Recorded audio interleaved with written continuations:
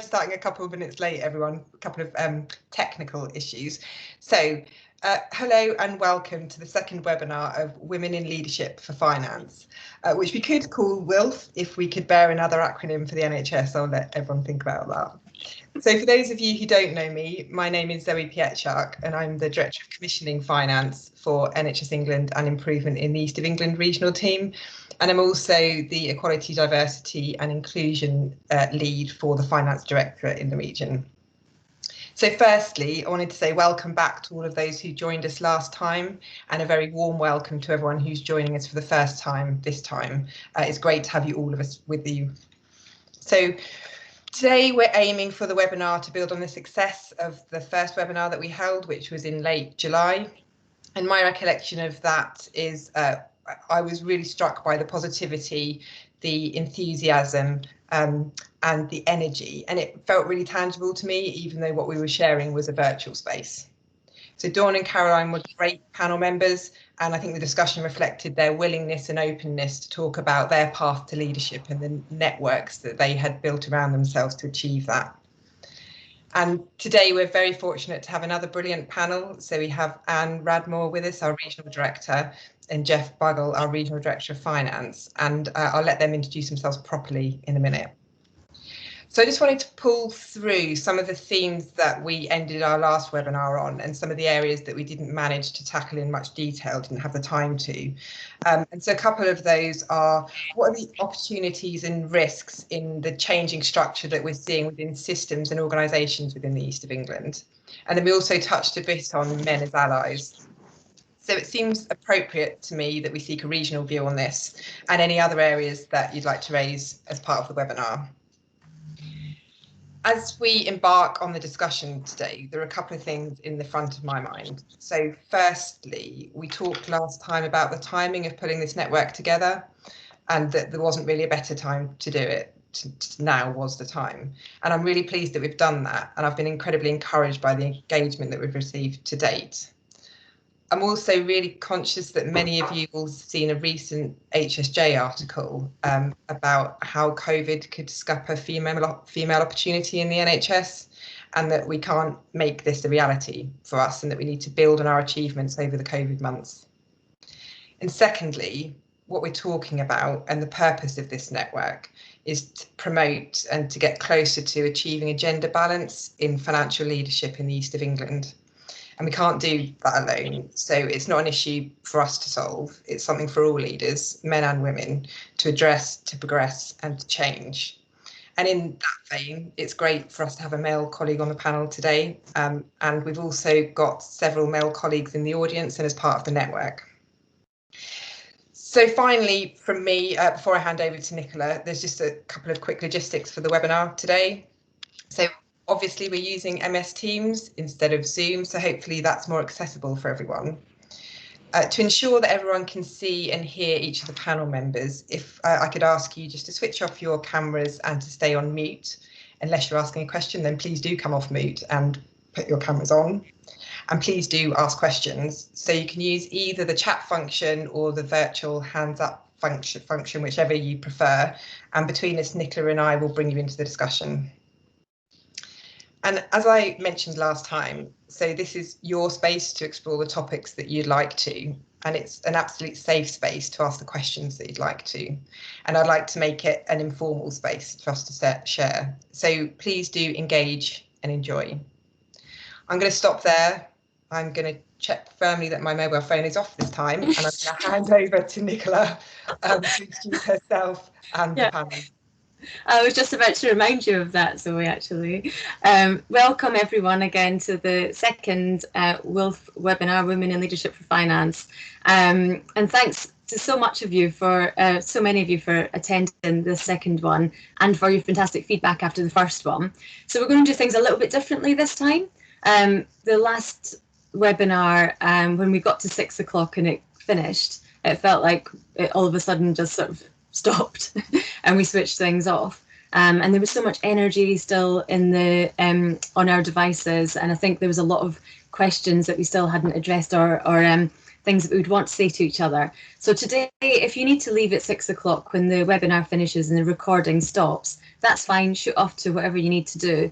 If you do want to stay around and have a bit more of an informal discussion, then please put your video on. Even if you're in your pajamas, we won't judge, maybe a little bit, but and put your and unmute yourself as well so you can join in the discussions.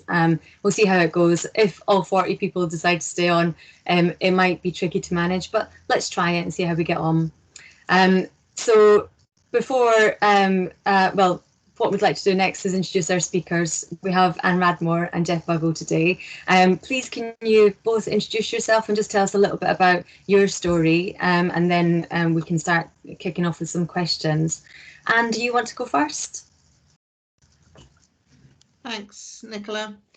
Thank you for inviting me, everybody. It's lovely to talk to you, and I'm very keen to support this surge of women forward in finance. There must be something you can do with WILF to make it female. It's got to have an A or an E on the end of it.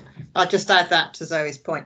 So where did it all begin for me? A terrifyingly long time ago. So I read history at Cambridge in the early 1980s when there were 5 men to 1 woman in Cambridge. So it was a very different place from the Cambridge University you'd see today. I was one of Thatcher's children, so high unemployment and then booming property market, yuppies, deregulation, those enormous brick mobile phones. And I had a place on the National Administrative Managerial Training Scheme, 2.5 years, general management, which ended up with a qualification, placed me in a 500-bedded London hospital. And I went from there to my first director role at the age of 30. I was the deputy running a different 500-bedded hospital.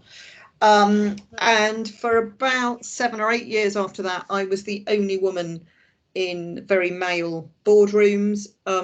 I think probably something you'd never see now. I hope so. But there is a parallel sometimes, I think, perhaps when we think about BME colleagues who may be the only BME colleague in an all-white boardroom. So there may be a few parallels there. There was an assumption that I would leave when I wanted to have my first child. This was in the early 1990s. There was the assumption I would leave. And at that point, I was married with a husband who was very successfully pursuing a very busy IT career. So there were massive pressures about managing family and home.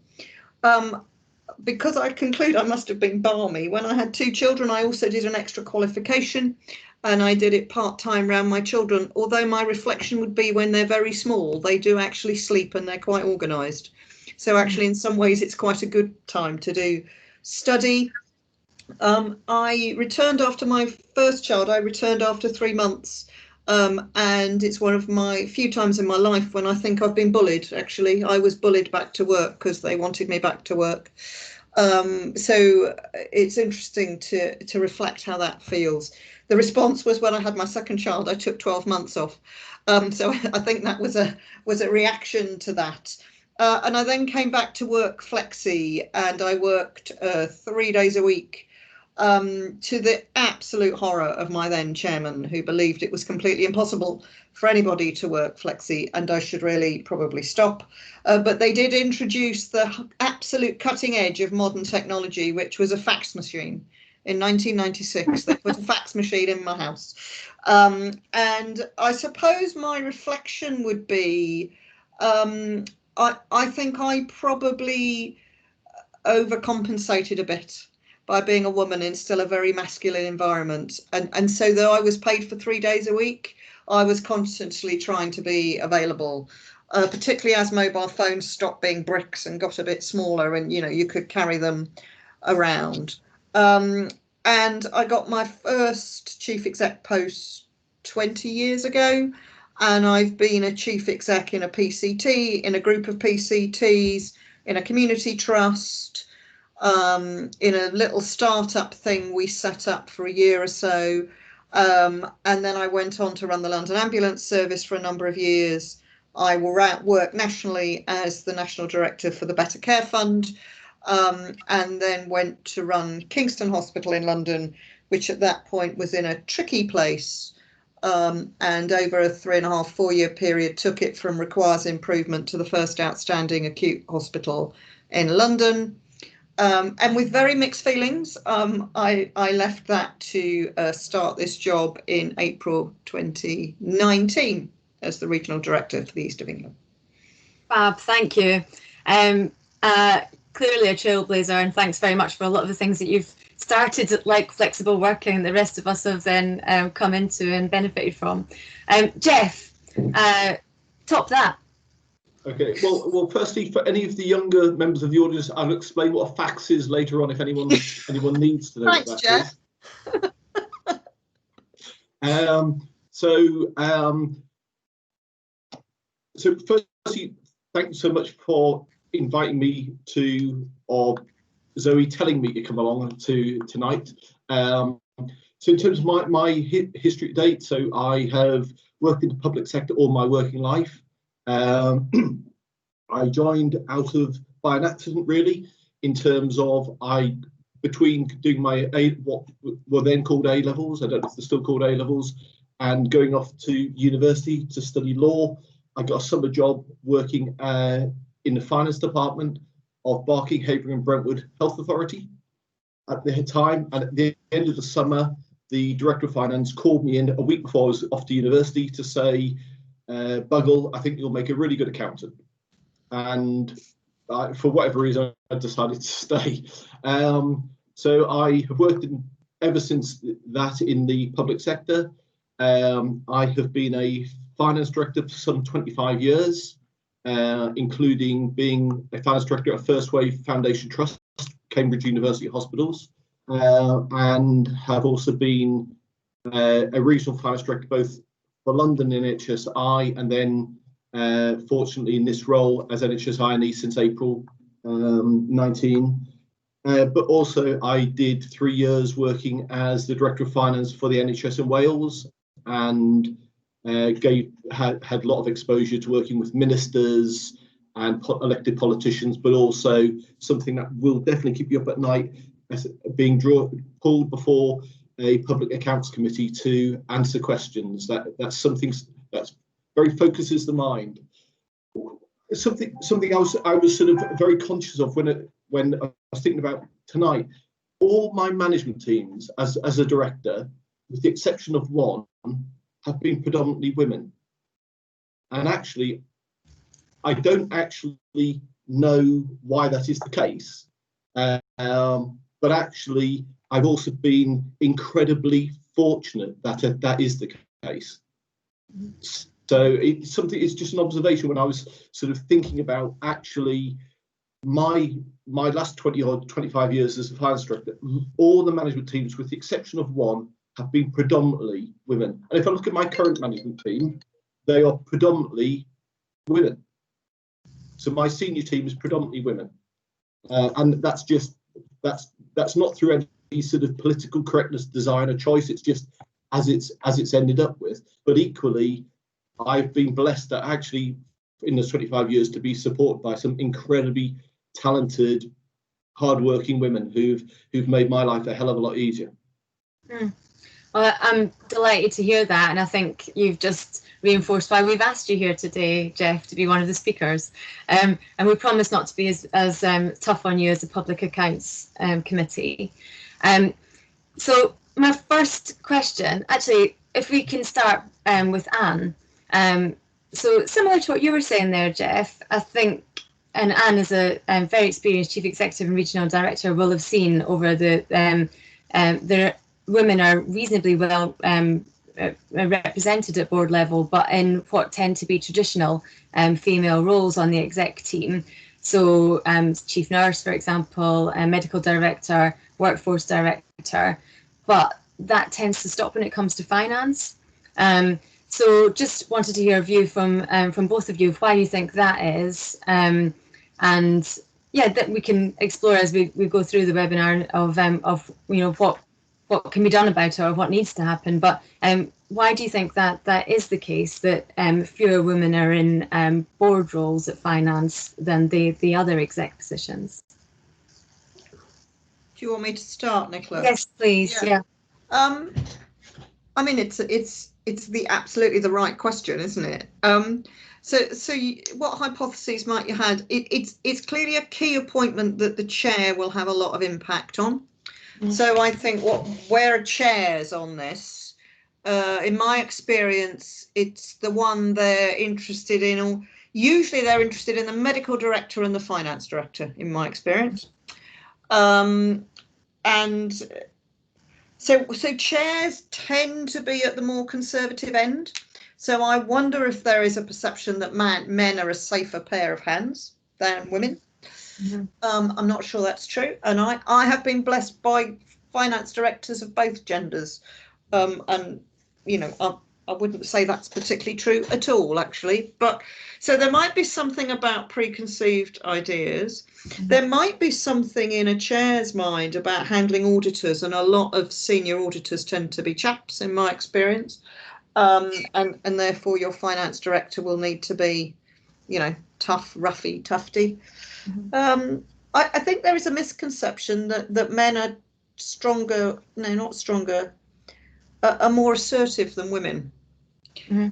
Not really sure that's true.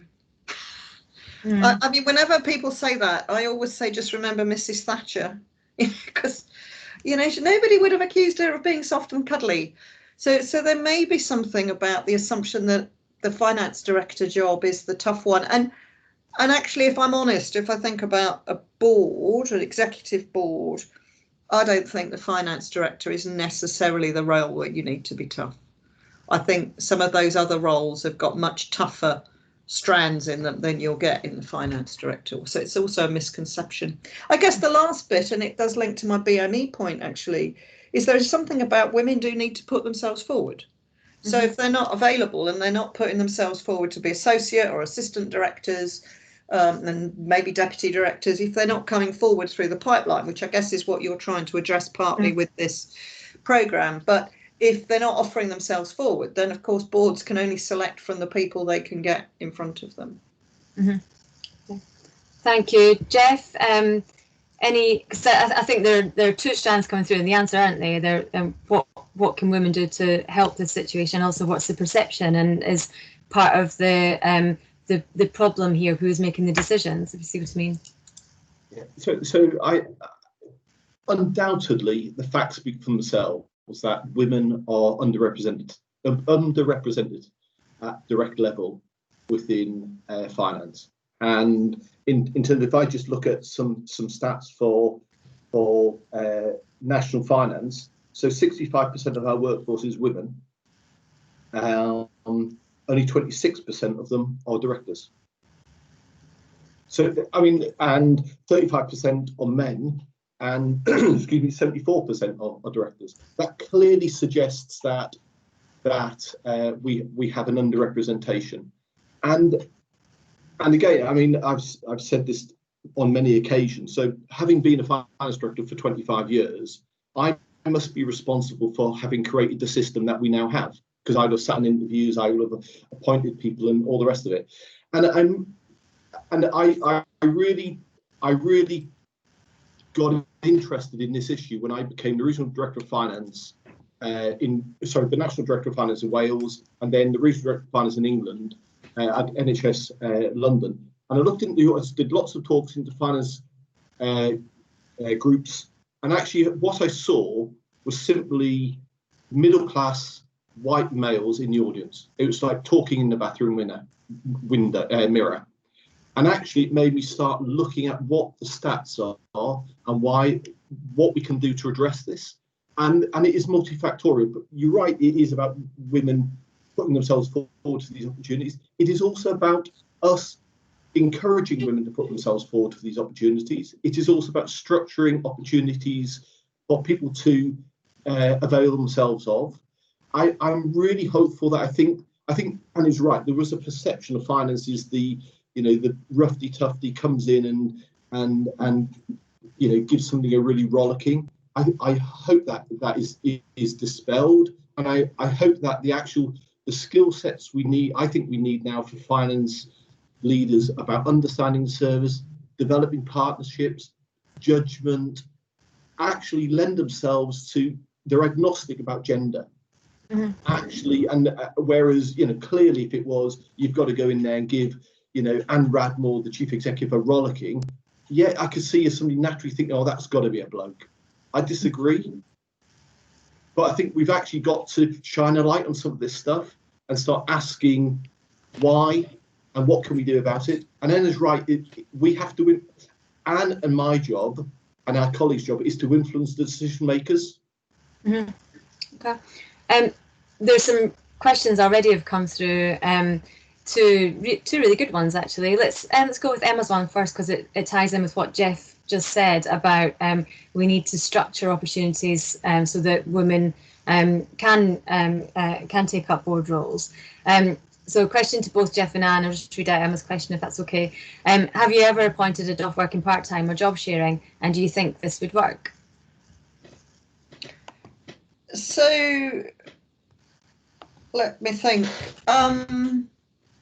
So I appointed a full-time DOF who happened to be a lady who then wanted to go down to 3 days a week. So we accommodated her going down to 3 days a week, and we had, that was very interesting when you got into a discussion about accountabilities.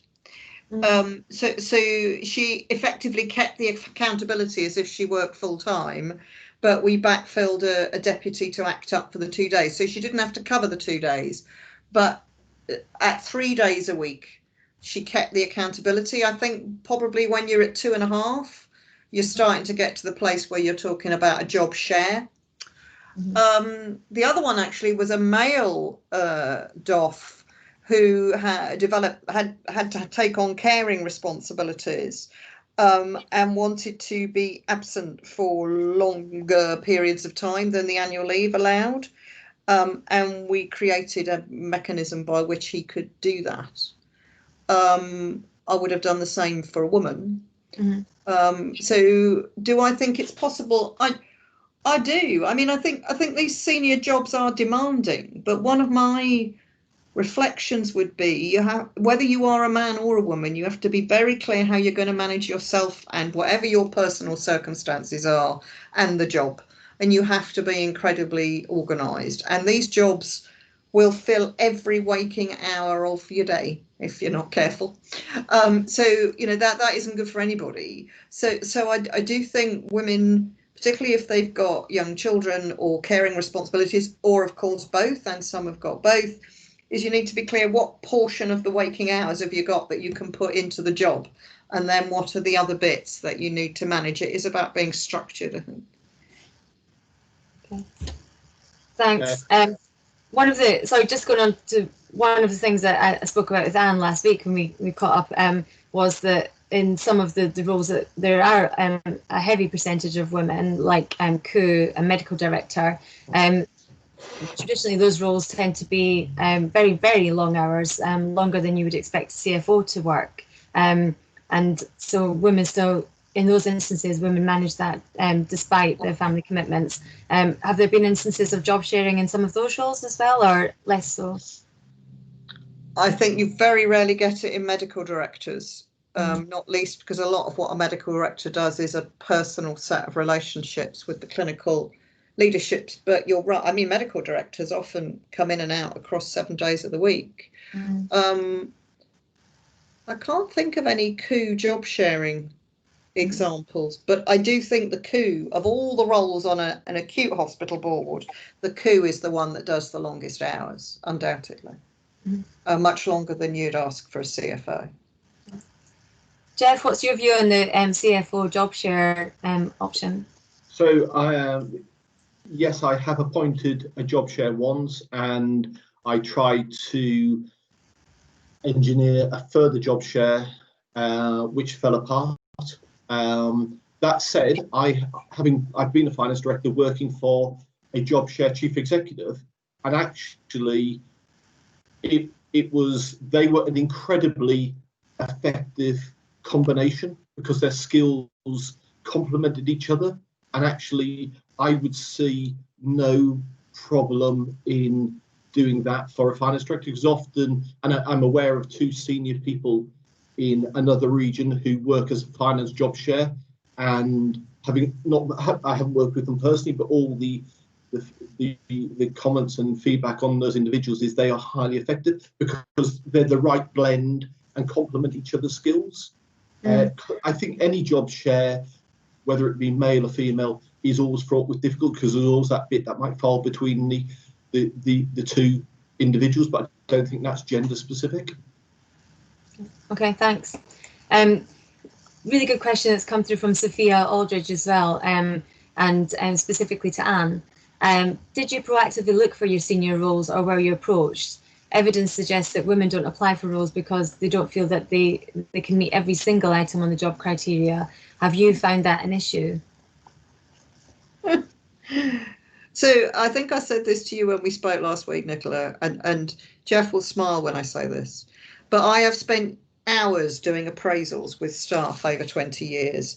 On average, when a chap walks in the room and tells me what they've done in the last year, they will tell me the 99.9 things they've delivered, and they will not mention the one thing they haven't done. When a woman walks in, she will be very focused on telling me the tiny one thing she hasn't done, and she'll never tell me about all the things she's achieved. And I think person specs are in the same category. I really do. Because if you sit there, I suspect I've never met the person spec of any job I've secured. Not, if I'd gone down every item. So I think they can be useful to help you think about, what kind of person they're looking for. But then you shouldn't take them any further than that. Women tend to think they're a recipe, and you have to have all the ingredients of the recipe before you can proceed with the, making the cake. It's not like that. To answer the specific, I think it was a mixture. So I was headhunted for my first director job when I was 30. I then applied for the next one, next couple actually, something I'm sure you will talk about, but I was put in the way of another one by a mentor I had at the time. And I think mentors can be very important. He was very clear of what he could see I needed, just the next step of development, and kept pushing things towards me until I noticed. And then I was headhunted for another one, and then I applied for another couple. So it's a mixture, I think. But that thing about networking and being clear that you're in the market for looking and you're talking to people, whether it's headhunters and they have their place in all of this, or whether it's other senior leaders and mentors, is really important, I think. Yeah. Okay. But you do have to believe in yourself, Nicola. There is no point in all this if you're going to look in the mirror and say, yeah, but I can't really do it, can I? I think that's a really important point. And following on from some conversation that we had at the first webinar, where we talked a bit about imposter syndrome and how that can affect. So, Anne, is that something that you've suffered from and overcome? So there are still days when I get up and get in the car and going off somewhere to do something really tricky. And I have to say, by the time you're doing my job, most of the things you're being sent off to are the really tricky ones. And I think, can I do this? Is anybody going to notice if I can't do this? So it's, it's sitting on my shoulder. And then I suppose the advantage of nearly 40 years is you can kind of drag all that and say, well, actually, do you know what? It's just like you did, when I sorted that problem or that problem or that problem. I don't know it ever goes away, Zoe, but I do think women need to be quite firm with it, actually, because it's probably the biggest block that gets in the way. And one of my reflections about working with women is how I do think there's a gender difference about how women triangulate information. Mm-hmm. And so whether you're talking to people about 360 feedback they've had from colleagues or an informal contact with a team, women tend to sort positive information and weight it in a less valuable way than they do things that could be improved. And so I think there is something about how, and often what I find myself saying to women is, what you've just told me is somebody has fed this back to you. This is how people are experiencing your leadership. This is what people value in you. And then female colleagues will say to me, yes, but what about this? I haven't done that, etc. So the more we can, at our own level, build that kind of positive reflection in our own minds, I think we manage the imposter thing. I don't think it's entirely a male-female thing, but it does seem to be dominant in women. Thank you. So I was going to ask Jeff next. You've got your hand up, Jeff. Did you want to come in on that? You're on mute, sorry.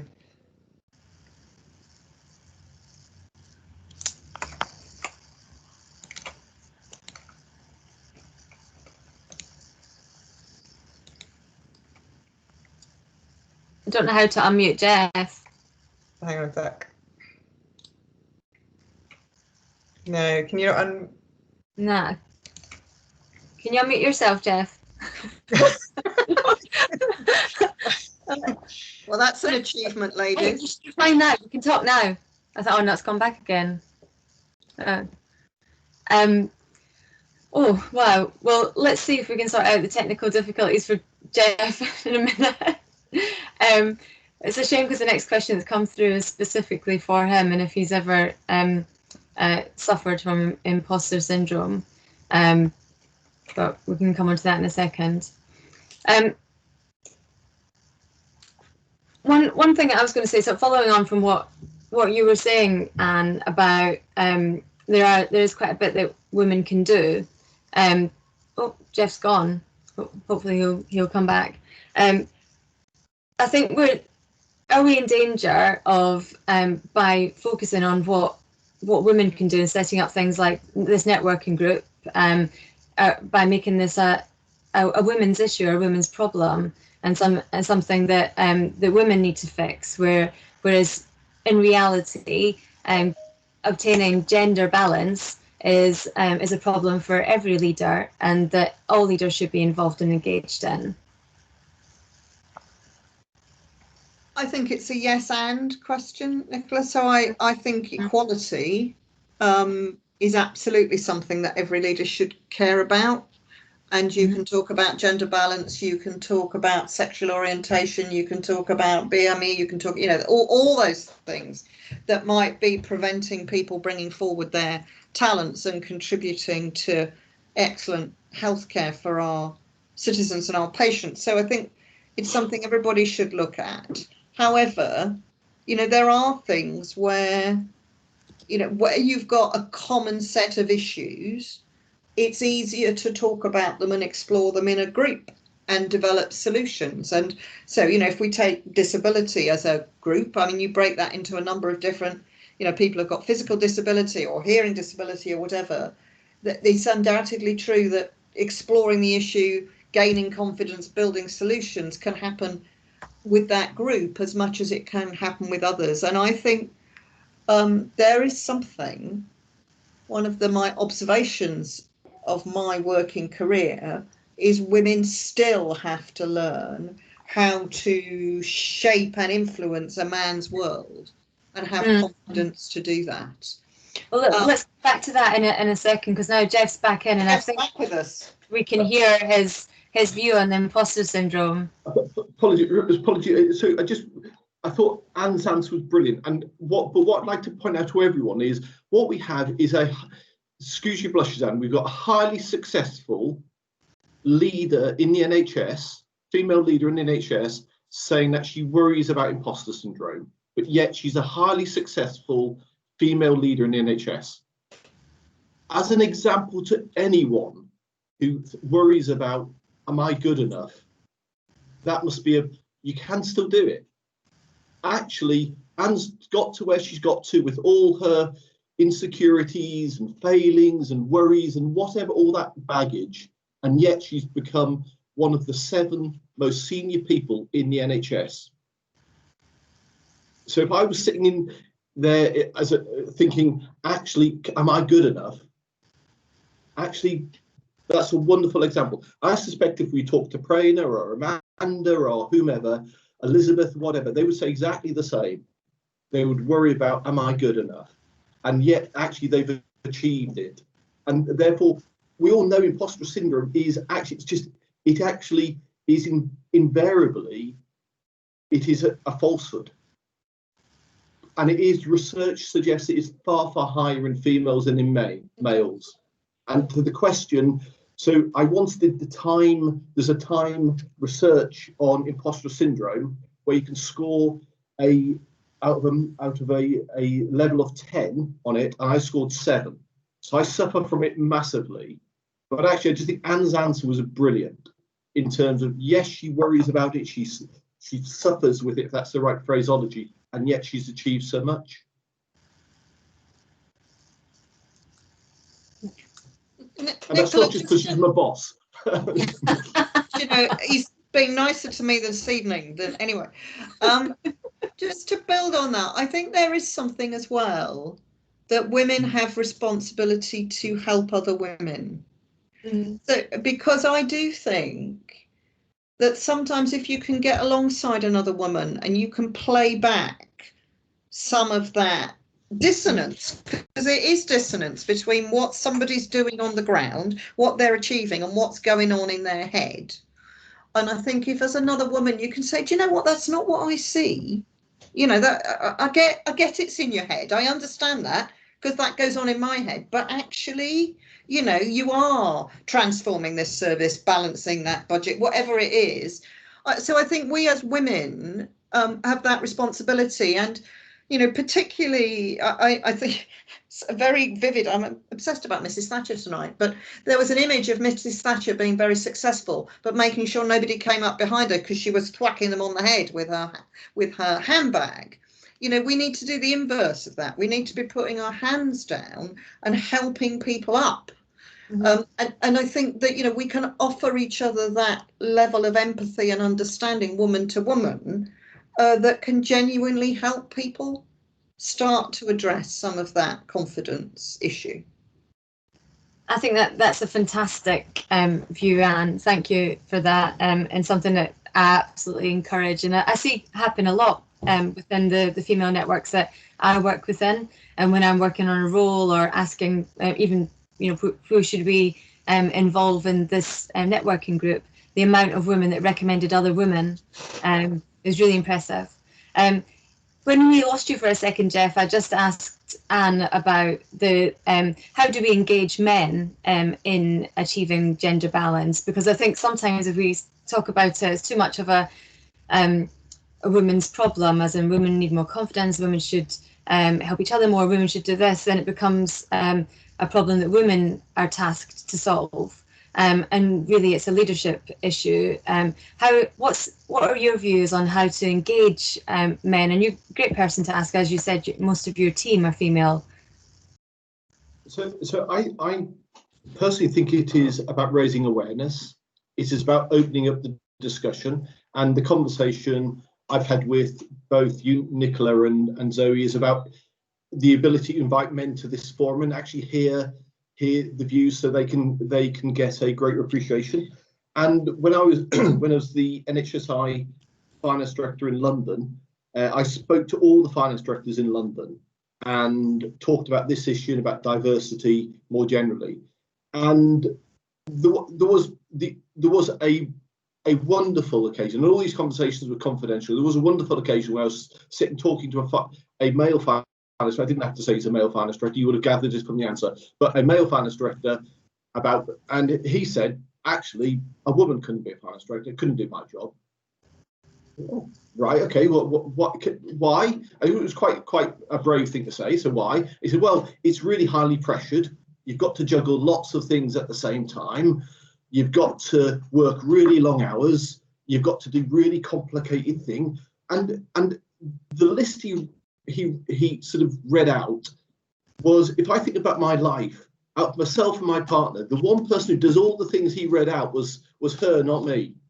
And so it's great that he was able to say that, and because what we want is openness, and we actually have a discussion and a debate about it.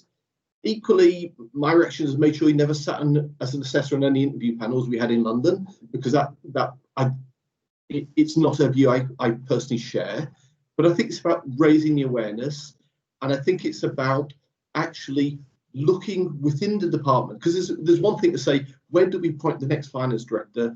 Are they a female?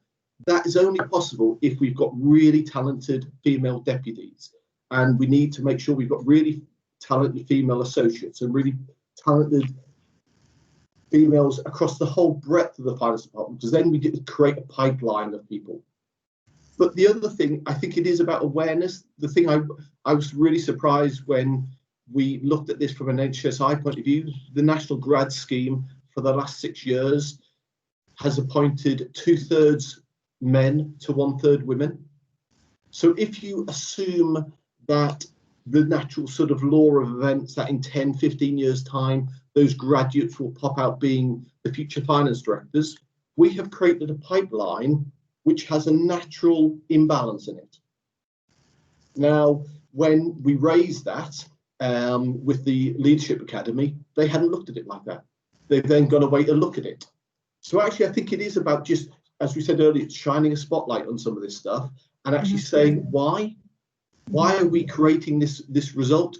Is it something we are doing inadvertently, or are we doing something deliberately? I don't know the answer. But every man, with the exception of this colleague in London that I've spoken to, male or female, is fully engaged in having the full breadth of representation at every level. And everyone recognises we don't have it at the moment. Okay. Thank you. Anything else, Anne, that you'd want to add to that? I was conscious of I cut you off when Jeff came back in with the answer to the imposter question.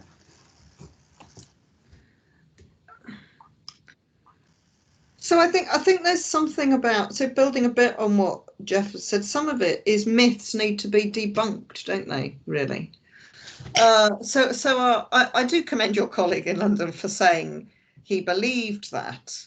But if you unpack that, you know, doing complex thinking, multitasking, working back, you know, you kind of need to say, well, where's the evidence that women can't do any of those things? Well, there is none.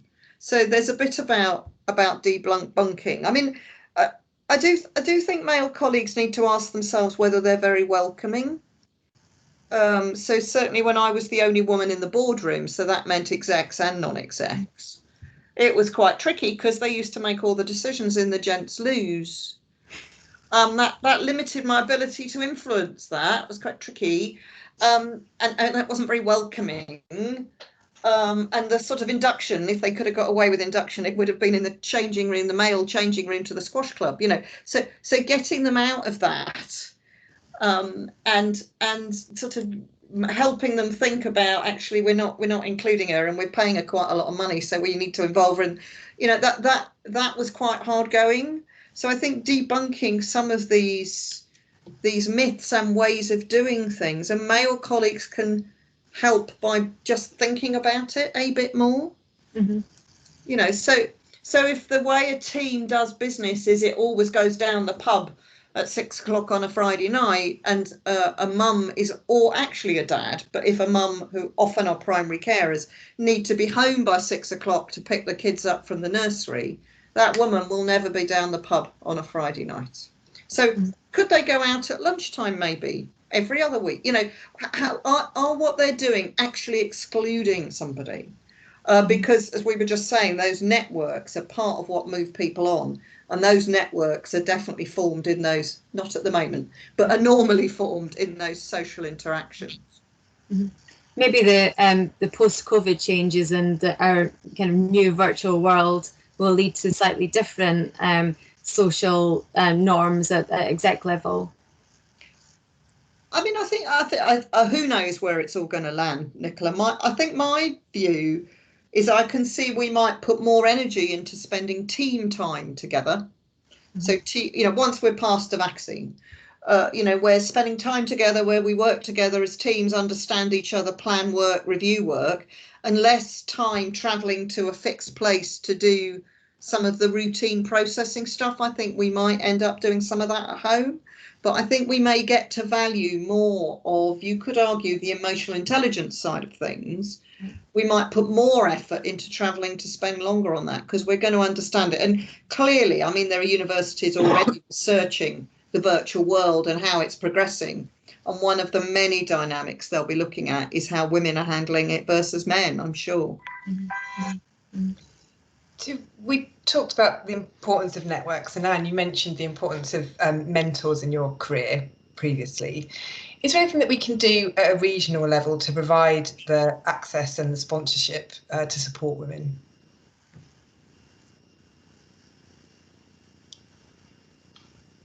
I think my reflection would probably be it needs to be broader than finance, I think. But, you know, we are getting a selection of senior women at senior roles. You know, there is nothing to say we couldn't create a network which supported women. I mean, education, so the broader nature of education can be a good way of bringing people together. The other thing about women and networks, often when I've coached people, women have told me they don't see the point of them. That they're, you know, it's a boys' club where they go down the pub and they all chat and talk about football. And I always say, yeah, listen about what's going on underneath the football conversation, because actually they're networking and they're telling each other what they're good at and they're creating links with each other. And I think women need to reframe networking and linking into a set of activities. In the same way as you might be on LinkedIn, and if you're going to be on LinkedIn, you know, you've got to have your picture up there and put your jobs and post stuff and use it as a process. I think women probably have mistaken networking as a kind of male activity that happens somewhere else. And I think we should put some energy into creating activities which are for both men and women. I don't think we should necessarily do ones just for women, but then I think we need to be clear with women why it's something they should do.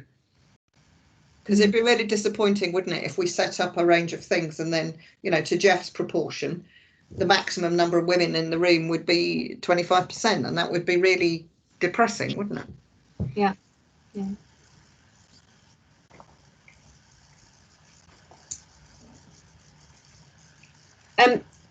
Was going to ask you more of a regional question. In fact, this is a question that came up at the last one, which we've carried on until today.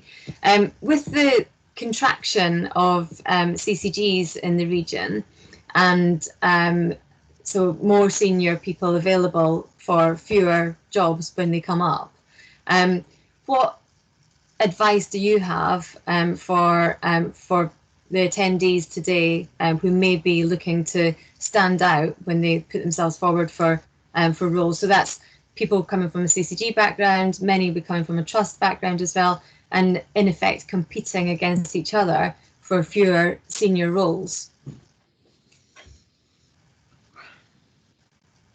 So I guess I guess a number of issues, and some of them are quite complicated. So I think there is something about managing your careers which is about follow an opportunity.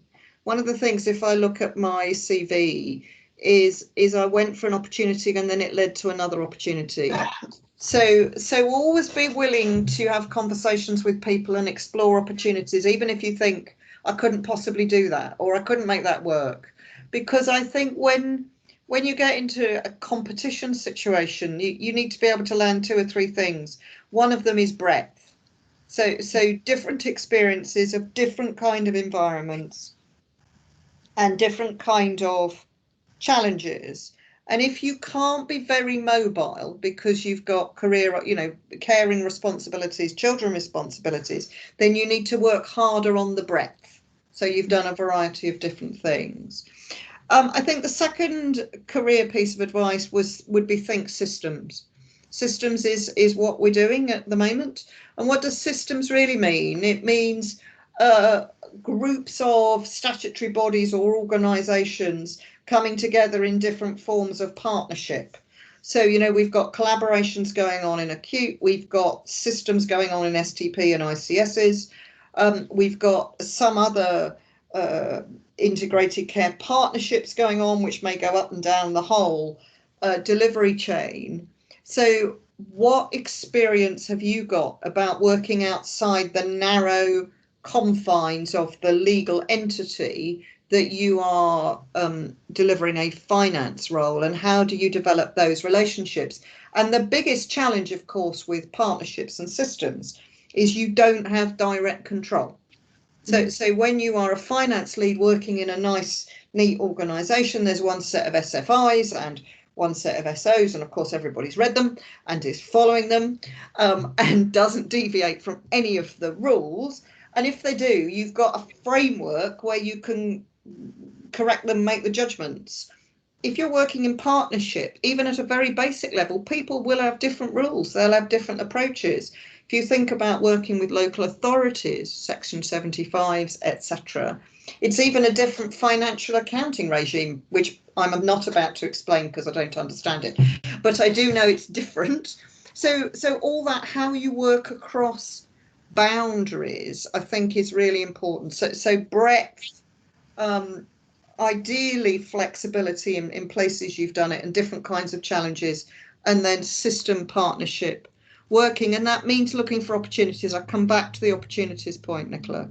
You know, if you want to manage a career and push it forward, then look for those opportunities and be suggesting them to the person you work for or the person you work alongside. You know, I think this could be a small piece of work I could help with. Could I have a go? You know, that kind of looking for those things that will add.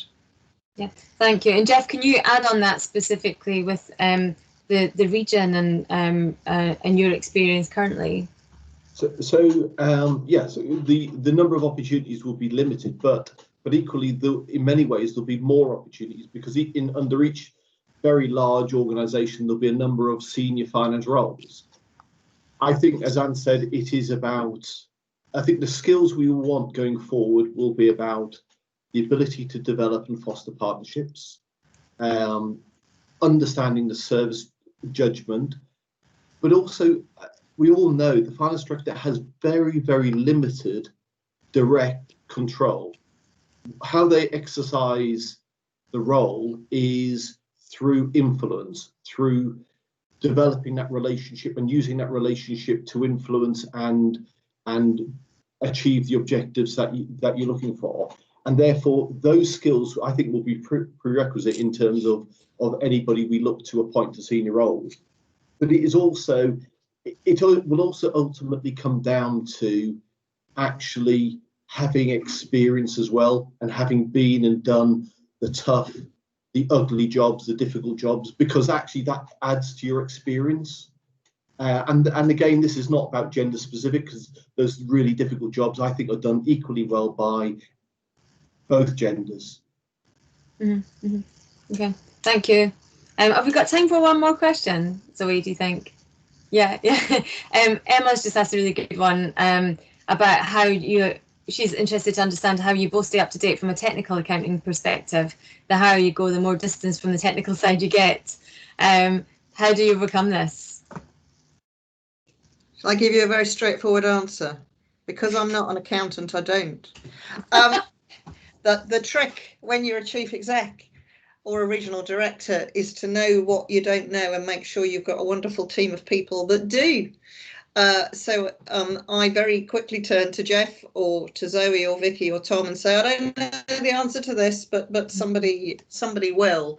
But there is a broader point there, isn't there, about continuing professional development and how you keep up to date. And for me, it's part of the job. So the point I made earlier about, you know, how much time have you got in your waking hours and how are you deploying it? Part of your time needs to be deployed to keep yourself professionally updated. And I think it sits on the cusp, actually, of personal time and work time, because it is legitimately part of work. And so that can be reading, you know, it can be reading journals, it can be reading technical advice manuals, it can be going to conferences, but it is part of the role. And I've always looked to my finance director, where certainly when I've been running statutory bodies, to be on the money in terms of being technically up to date. And that's part of the expectation that you'd get from a chief exec. So I think it's non-negotiable, really. Jeff, how do you maintain your knowledge so that whenever Anne asks you a question, you're on it? So I normally sort of ask Zoe, Vicky, or Tom, to be honest. But so there is clearly there is a requirement to maintain your CPD. But actually, I think as you progress to more senior roles, you need a different type of technical knowledge. And yes, I'm sure somebody who has done all the current IFRSs would actually, you know, beat me in a university challenge about the latest IFRS guidance. What I would hope is I would have slightly more strategic, technical accounting knowledge, and therefore could apply it in a slightly different way. But equally, you need to actually understand some of the basics at the same time. You need to understand the IFRSs, and that is about, as Anne said, reading journals, but actually trying to just, all of our professional bodies put on some fantastic courses to keep yourself up to date. It's much easier now in the virtual world because you can actually just teams into them, and I'll big up my own professional association. The ACCA gives some fantastic courses which you can teams in free of charge. Mm-hmm. Good. Now, hopefully, it is easier online to do things like that, and to make sure that you're maintaining your edge. Yeah. But I think we're kind of almost at the end point of the webinar. So I think, Zoe, if it might be a good point to summarise, and then those who want to stay on continue. Thanks, Nicola. So I've got the unenviable job of trying to summarise what's been an interesting and far-ranging discussion, and another great discussion with some brilliant questions, some of which have gone unanswered, so we'll pick those up separately. So I think in terms of trying to summarise the things we've talked about, so a need to put ourselves forward and look for opportunities. We talked again and got a really inspiring answer, I think, on living with, I'm going to call it living with imposter syndrome. There's a brilliant discussion on that.